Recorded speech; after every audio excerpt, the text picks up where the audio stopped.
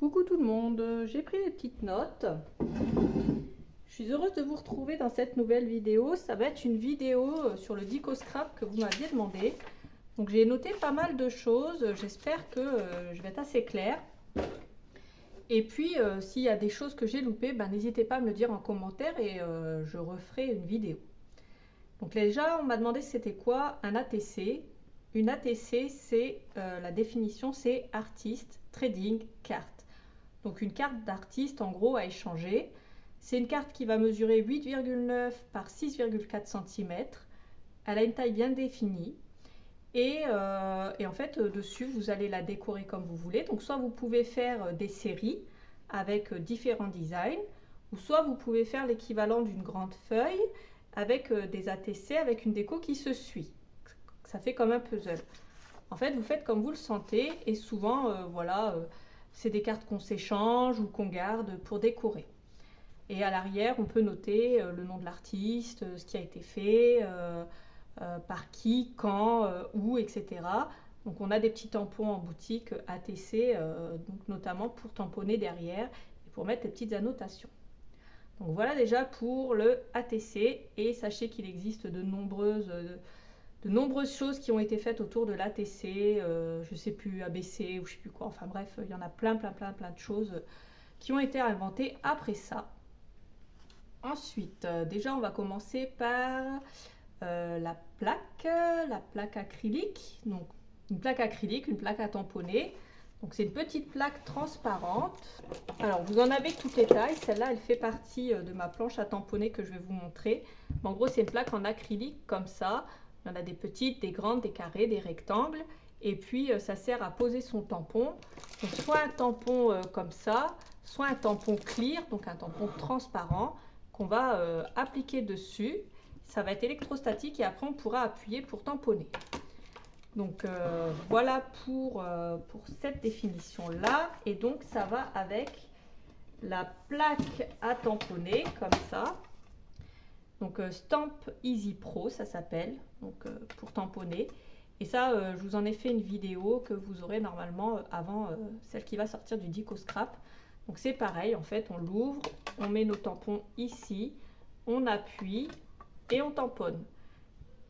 Avec ce genre de plaque, c'est plus précis, et puis comme on a les aimants pour aimanter le papier, on peut tamponner plusieurs fois au même endroit. Notamment quand on fait de l'embossage à chaud, c'est assez pratique pour retamponner toujours au même endroit. Donc voilà pour cette définition-là. Alors ensuite, on a les die cuts. Donc les die cuts, c'est ça. Ceux-là, ils viennent de chez Stamperia. C'est des petites découpes comme ça, cartonnées, assez épaisses. Donc voilà, elles sont assez épaisses. Et puis, c'est des découpes de toutes formes pour décorer vos albums, vos cartes, etc. Ensuite, on a ce qu'on appelle des éphéméras. Souvent, ils sont plus fins, les éphéméras. Et chez Stamperia, il faut savoir que les éphéméras sont autocollants. Oui, oui, oui, ils sont tous autocollants, les éphéméras de chez Stamperia. Souvent, vous nous demandez comment ça fonctionne parce qu'ils sont assez galères à retirer parce qu'ils sont assez fins. Donc, comme ils sont assez fins, la couche en fait qui est à l'arrière, elle est assez galère à trouver. Donc moi souvent ce que je fais, c'est que je prends une pointe de ce type, je me mets au bord et puis je fais un petit trou en fait dans la couche supérieure, et puis voilà comment je trouve la pellicule. Et ils sont tous autocollants. Voilà, je vous le confirme, voilà. Parce qu'on nous avait posé la question, donc voilà pour les éphéméras. Et voilà pour les die cuts également. Ensuite, qu'est-ce que c'est que les chipboards? Les chipboards, c'est des planches comme les die cuts, mais souvent elles vont être autocollants. Voilà, parce qu'un chipboard, c'est sur une planche autocollante. Donc voilà, mais c'est ni plus ni moins qu'un die cut, mais qui sera autocollant. Donc c'est aussi épais et cartonné qu'un die cut. La cropadille, il en existe deux sortes. Donc, il y a celle-là qui est petite. Alors elle sert à perforer, donc avec les deux côtés ici et là on a deux perforations, une petite et une grosse. Et avec le côté qui est ici, on va pouvoir écraser des œillets. pour faire des décos d'albums, des fermetures, etc., etc. Donc on a celle-ci qui est petite, donc là il y a la sécurité qu'on peut mettre pour la fermer. Et on a aussi la grosse crop à deal, et celle-là elle va aller plus loin dans vos albums, puisque celle-là elle a à peu près ça de marge, alors que l'autre elle est grande, elle a à peu près ça de marge. Je ne vais pas vous dire de bêtises, mais je pense que sur une grande planche 30-30 on peut perforer assez loin. Ensuite, les perforatrices, il en existe plusieurs. Il y a des perforatrices pour arrondir les angles, des perforatrices design dont je vous ai fait une vidéo aussi récemment, je vous mettrai le lien dans la barre d'infos, il faudra m'y faire penser si je ne l'ai pas fait. Et on a des perforatrices en forme de cœur, en forme de machin, moi j'appelle ça une trouilloteuse. Ça nous permet de faire des formes dans du papier, ou pour celle-là notamment d'arrondir les angles. Voilà, ça arrondit l'angle et c'est à ça que sert une perforatrice. Donc ça c'est pour les ultra débutantes, hein, mais si vous entendez perforatrice ou trouilloteuse, c'est ça. Le masking tape, alors moi j'en ai pas là à vous montrer, mais c'est tout simplement du scotch qui va être décoré et c'est assez fin en général et ça va servir de déco. Pareil pour vos albums, pour décorer vos pages, pour décorer vos cartes. Et en général, on en trouve de toutes sortes et à tous les prix. Ensuite, le ruban. Le ruban, vous n'êtes pas bête, hein. Le ruban, c'est tout simplement du ruban comme ça. Donc pareil, hein, il y en a de toutes sortes. Il y a du ruban fin, ça c'est du 6 mm.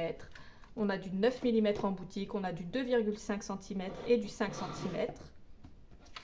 On en a du comme ça, on en a du organza, on en a de toutes sortes. Le tapis de découpe, c'est cette petite chose, ça sert à protéger notre bureau. Donc c'est ce qui va nous servir à protéger le bureau de toutes les attaques de cutter, etc., etc. Ensuite, les dies, ce sont des matrices de découpe à utiliser avec une machine type Big Shot, mais il y en a plein d'autres aussi. Ensuite, le classeur d'embossage, c'est une petite chose en plastique qui s'ouvre comme ça. Et il y a des reliefs à l'intérieur. Vous allez mettre votre papier dedans, le mettre pareil dans la machine de découpe. Et quand ça va ressortir, votre papier il sera en relief. Donc, voilà. Donc il me semble que, pareil, j'avais fait une vidéo avec comment ça fonctionne une Big Shot. Donc je vous mettrai le lien dans la barre d'infos si vous voulez voir ce que c'est exactement. Un heat gun. Quand je parle d'un heat gun, je parle de cette petite chose, mais il y en a bien d'autres sur le marché.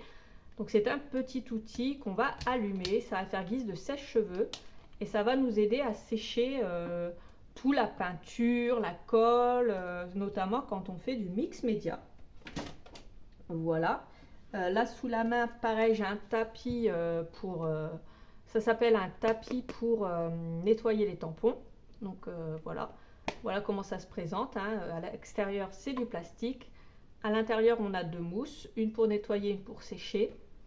Et voilà, comme je viens de faire un test, elle est assez crado, mais je viens de vous filmer la vidéo test. Ensuite, la poudre à embosser. On a plusieurs marques qui font de la poudre à embosser. Donc c'est une poudre qui s'utilise avec une colle. Donc un tampon qui va faire guise de colle. Donc vous allez prendre un tampon, peu importe lequel, le tampon de votre choix. Vous allez le mettre sur la Versamark, c'est la colle. Donc ensuite, vous allez tamponner votre papier, votre cardstock, ce que vous voulez. Vous allez mettre de la poudre à embosser et vous allez sécher au heat gun. Et ça va vous permettre d'avoir votre tamponnage en relief et coloré. Donc ça, c'est pareil. Normalement, j'avais fait une vidéo. Je vais essayer de vous mettre à chaque fois les vidéos dans la barre d'infos. Ensuite, les rubans. Donc ça, c'est les rubans de chez Stamperia. Alors, c'est des petites choses qu'on peut détourer. On les découpe et on va les poser sur notre papier. On va venir frotter avec un outil à bourron. On va venir frotter avec un outil à bourron de ce type, comme ça. Donc ça, c'est les IK Tools qu'on a en boutique. Et puis, ça va faire un transfert d'image sur le papier. Donc ça, c'est pour les rubans. Alors, avec les rubans, tout ça, qu'est-ce qu'on peut faire? On peut faire du art journal. C'est quoi un art journal? J'en ai un sous la main. Alors, j'ai le mien sous la main de art journal, donc j'en profite pour vous montrer. Donc, c'est un petit journal comme ça, qui peut être soit en feuille 300 grammes. Vous pouvez le faire vous-même avec du papier aquarellable si vous le désirez aussi. Celui-là, c'est un Stamperia et il est fait en stone paper. Et en fait, vous allez décorer une page avec un thème. Donc là, c'est le thème Alice et là, c'est le thème Magic Forest. Voilà. Vous allez utiliser pour ça plusieurs techniques. Et puis, vous allez faire une page déco. Souvent, c'est surtout pour se détendre et pour passer un bon moment à créer, sans toutefois créer quelque chose d'assez énorme comme un mix média. Mais c'est assez sympa pour se détendre, le Art Journal. Alors, deux dernières petites choses avant de nous quitter. Le matage et le détourage. J'allais oublier. Donc, le matage, c'est simple. Vous avez un morceau de cardstock, donc de papier épais, qui fait là 4,5 par 5. Et je vais prendre un morceau de papier décor qui va faire, moi, personnellement, je prends 3 mm en moins. Donc, 4,2 par 4,7. Et je le colle et ça fait un tour de papier, en fait, tout autour. Ça s'appelle mater. Voilà, parce que si on ne mate pas, en fait, ça va être collé comme ça et il n'y aura pas de bord. Le papier fera la même taille que le papier décor. Le fait de mater, c'est laisser un fin liseré tout autour. Ensuite, le détourage, c'est simple. En fait, vous allez avoir une étiquette, une carte, une forme, peu importe. Le détourage, c'est le fait de venir retirer tout ce qu'il y a autour et de ne garder que votre petite déco, comme ça. Là, je le fais avec des petits ciseaux. Alors, les petits ciseaux, c'est idéal pour détourer. Donc, voilà. Donc, ça, c'est détourer. Ce que je vais faire, c'est que je vais séparer cette vidéo en deux. Donc, vous aurez une première partie et le lendemain, la deuxième. Donc là, je vais vous laisser là et puis je vous reprends demain pour la suite de la vidéo.